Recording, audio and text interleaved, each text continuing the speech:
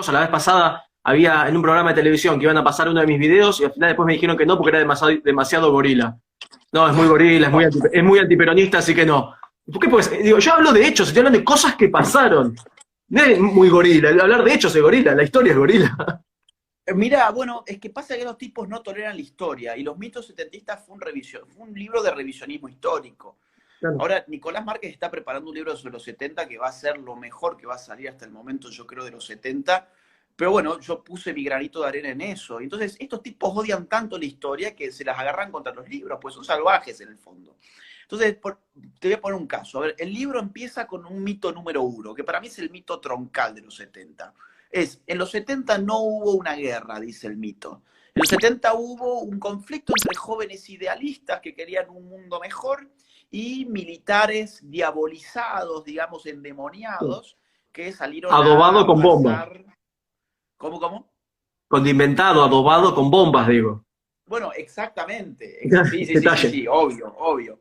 Entonces, viste, es la teoría que yo llamo del demonio único. En Argentina vos tuviste, digamos, una verdad histórica, una realidad histórica, que la realidad histórica se da a medida que los hechos se consuman. Tuviste una interpretación de esa realidad histórica posterior al mismo gobierno militar o cívico-militar, que fue a partir de Alfonsín. Esa interpretación cristaliza en el famoso Nunca Más, este libro que está escrito, digamos, al calor del trabajo de la CONADEP, y que instaura lo que después se interpretó a su vez como la teoría de los dos demonios.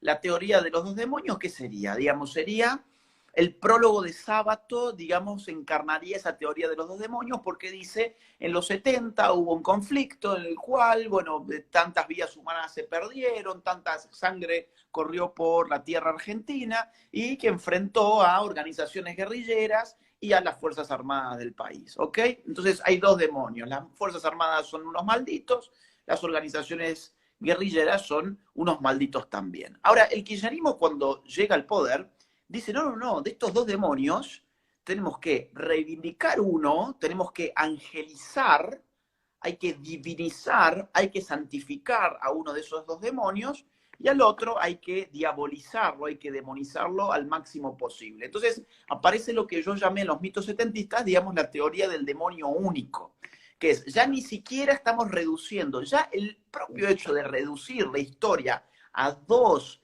partes, digamos, a los dos demonios y tratar de explicar la complejidad de los 70 en función de guerrilla y fuerzas armadas es un infantilismo antihistórico.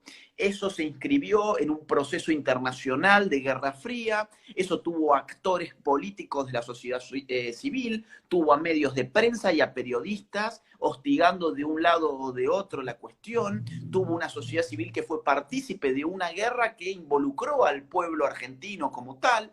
Entonces, todo eso quedó fuera de la interpretación alfonsinista de los dos demonios. Ahora, la interpretación kirchnerista es todavía más reductiva, podemos explicar todo esto a partir de una única variable, que son los malditos de las Fuerzas Armadas, los genocidas militares que reventaron a toda una generación de jóvenes soñadores por un mundo mejor y bla, bla, bla. Entonces, el libro de los mitos empieza con esa cuestión. ¿Fue una guerra o no fue una guerra? ¿Qué es una guerra? ¿Cómo determinamos cuándo hay una guerra? Determinamos, claro, digamos, eh, hay una guerra cuando se declara una guerra. Y yo digo, bueno, si la declaración de la guerra es lo que constituye a un acto como guerra, entonces tenemos un problema, que es muchas guerras de la historia no serían en absoluto guerras. Tantas guerras que Claro. no fueron declaradas, lo que hace a la guerra no es su declaración, lo que hace a su guerra, a la guerra es la magnitud del conflicto, en verdad. La magnitud del conflicto. Y el conflicto de los 70 tuvo tanta magnitud que, por ejemplo, te doy un dato. Entre el año 69 y el año 79, en Argentina, las organizaciones guerrilleras cometieron 21.644 atentados terroristas. Te lo repito, 21.644 atentados terroristas en 10 años, entre 1969 y 1979. ¿Qué es eso sino un tipo de guerra? ¿Qué tipo de guerra es? Es lo que, digamos, se llama en teoría de la guerra asimétrica, donde no hay una simetría entre los bandos. Tenés un ejército irregular o una, digamos, fuerzas armadas irregulares, como son las fuerzas revolucionarias, guerrilleras o terroristas, y al frente tenés fuerzas armadas regulares, un ejército nacional, un ejército estatal. Eso fue lo que pasó en Argentina. Tanto así que, por ejemplo, Montoneros tuvo su uniforme, era azul, por ejemplo, tuvo su logo militar, tuvo sus grados militares, lo mismo con el ERP, tuvieron su uniforme militar, tuvieron su bandera y tuvieron sus billetes. Esto es increíble. Hay gente que obviamente nunca va a escuchar esto en una clase de historia, porque hay que ocultarlo, porque si hablamos de uniforme militar, bandera militar, grados militares, entrenamiento militar, armamento militar, bueno, ¿qué hay sino una guerra? ¿No? Ese es el punto. Cuando uno va y lee los partes, digo, los folletos de prensa de Montoneros y de ERP, ¿sabés cómo se titulaban? Partes de guerra. Estos tipos, desde los 70, asumían estar librando lo que ellos llamaron una guerra revolucionaria contra el sistema burgués argentino. ¿Para qué? Para reemplazarlo por el socialismo nacional, dirán los montoneros, y por el, digamos, el marxismo más crudo, dirán la gente del ERP. Ahora, en Tucumán, el ERP se hizo de zonas selváticas de Tucumán. El ERP llegó a controlar parte del territorio argentino en Tucumán, donde circulaban sus billetes, donde, digamos, patrullaban la zona como una especie de paraestado, como pueden haber hecho las FARC en zonas de Colombia, por ejemplo, o Sendero Luminoso en zonas de Perú, donde ellos dicen, el soberano acá soy yo. Es una rebelión directa, este es mi estado, yo acá mando y acá rige mi ley. Había códigos militares, códigos de justicia militar, tal cual, había incluso en Montoneros, que muchos eran católicos, ¿no? De la línea tercermundista, muy próxima a los amigos hoy del Papa Francisco, digamos, esta gente tenían hasta sus capellanes. ¿Qué son los capellanes? Bueno, los sacerdotes que están inscritos dentro de una fuerza armada y confiesan, digamos, a los militares y les brindan misa y demás. Entonces, cuando vos empezás a ver los rasgos de esta gente, eran verdaderos ejércitos irregulares. En la Argentina no se puede juzgar los 70 si no se considera previamente si hubo una guerra o no, y vaya si la hubo. Claro. De hecho, cuando estabas diciendo la cantidad de atentados que hubo, que me dijiste 21.744, 21.644. bueno, da casi 6 atentados por día a lo largo de 10 años. Increíble. O sea, Estás ¿quién haciendo el diría que cálculo, eso fuera digo, Argentina? ¿te imaginas en Argentina, tipo, todos los días 6 atentados, una bomba acá, mataron a fulanito, qué sé yo, prendieron fuego esto, todos los días 6 durante 10 años. Y decir que no son terroristas. Hay gente que, como decís, los reivindica, decís, eran terroristas. El terrorista es el que quiere, el que se maneja a través del terror, el que quiere implementar alguna idea a través de hacer sentir terror a los demás. Justo se te pausó un poco el video. No sé si... Ahí está, ahí te sigo viendo. Justo se te había pausado y apareció... Sí, ahora sí, otra vez, perdón. Sí. No, que decía que digo, los terroristas son precisamente los que quieren instaurar sus ideas a través del terror y los que quieren lograr sus cometidos a través del terror. Piden ahí la fuente de eso. ¿Me podés decir la fuente? Bueno, todas las fuentes están en los mitos setentistas, por ejemplo, pero te voy a decir cuál es la fuente.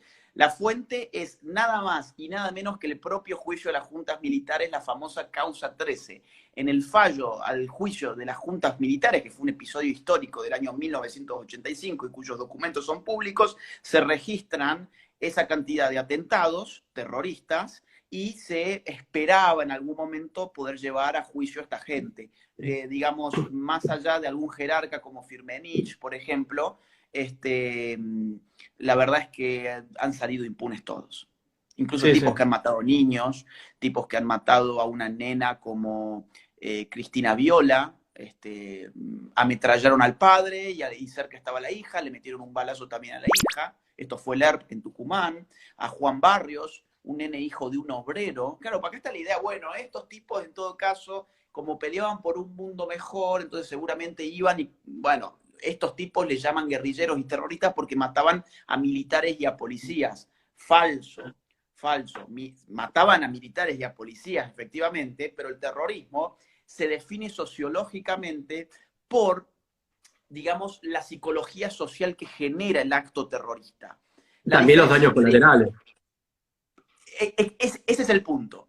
El acto terrorista se define porque la sociedad, digamos, se aterroriza porque sabe que también ella misma es potencial víctima, Claro. es potencialmente, está en riesgo.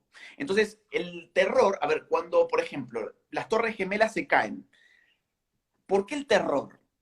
¿Por qué ese terror desmedido? ¿Por qué es desmedido? Bueno, porque Estados Unidos, ¿cuántos millones de personas tienen? No me acuerdo ahora, 240 millones más o menos, creo. Y vos tuviste un hecho terrorista que mató a 3.000 personas, si mal no recuerdo. Entonces, vos decís, bueno, pero todo Estados Unidos se aterrorizó. Tipos que vivían en la otra punta, en Alaska, tenían tanto miedo como el tipo que vivía en Nueva York, ¿no? Bueno, eso genera el terrorismo.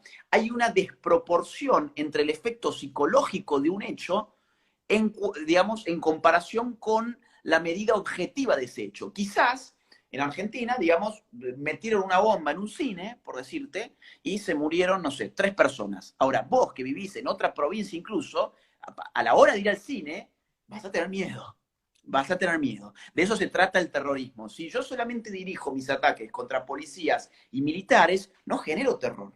Y lo que necesito, así pensaba esta gente, lo que necesito es sembrar el terror para que esta gente termine desconfiando de sus propias Fuerzas Armadas, que no pueden controlar la situación. Además, el terrorista le plantea a las Fuerzas Armadas y a la policía un juego distinto. No es el juego cuerpo a cuerpo, no es el juego de la guerra regular.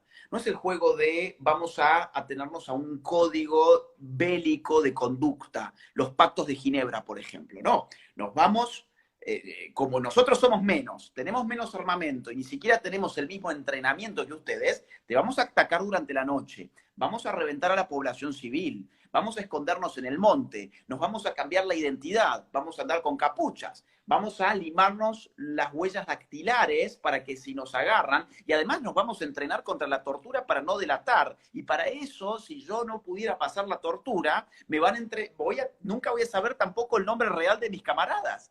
Entonces, ¿cómo funcionan las organizaciones terroristas? A partir de células.